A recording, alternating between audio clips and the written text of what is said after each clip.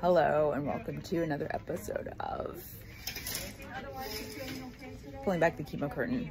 We've got a few developments today, some exciting developments. One is the chemo regime I'm on has been changed. We've dropped one of the drugs, the Cisplatin. We're maintaining the gemcitabine and durvalumab. And the idea is that, the hope is that we will eliminate some of the more nefarious side effects while hopefully tricking the tumor, believe it or not, into thinking that it's still getting all three drugs when it's just getting just two drugs, which apparently is a thing in oncology. Sounds about as certain as that whole situation last week with progression and pseudo-progression. So the ongoing theme, so we're basically not going to know any of this stuff until I get a scan mid-December. So all of this to just summarize what we've been talking about since day one, which is all this uncertainty. In the midst of which I'm still living my life and doing stuff that I find super exciting.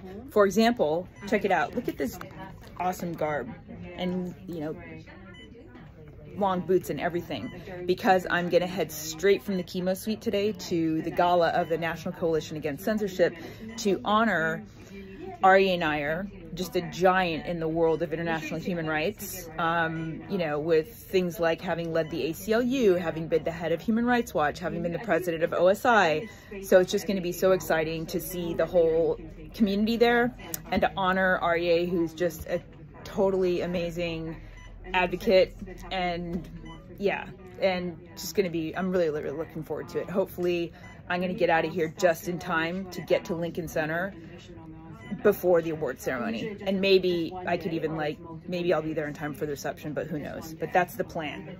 And oh, and by the way, I had dinner last night with Aryeh along with Andy Nathan from Colombia. I've known Andy for several decades from China work, and it was so beautiful, just me and these two amazing expert giants in their fields just commiserating about the state of the world, the state of international human rights movement, what to do about China and all of these things. It was just such a privilege. My second very exciting news is that unexpectedly a visa for Myanmar in my name happened. So I'm going to be on a plane this Friday going to Myanmar for an organization called the International Legal Foundation, and this is an organization on whose board I sit.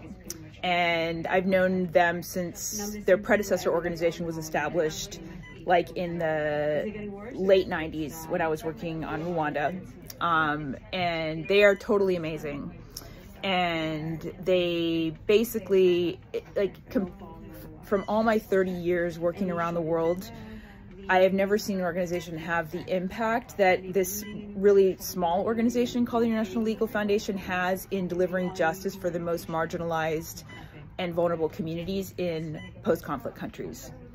And also, their model since day one has actually been based on localization, which, as many of you will know if you're in this field, is like a big buzzword these days in the international aid community, is how to localize their activities and assistance.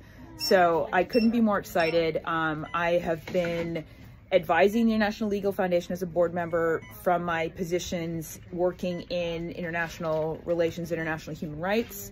And then in the last few years, when I transitioned into coaching and consulting, I've been able to support them and their teams on the ground in terms of building resilience and facing uncertainty and, you know, intimidation tactics and all of the other things that these amazing lawyers and staff of the International Legal Foundation face worldwide.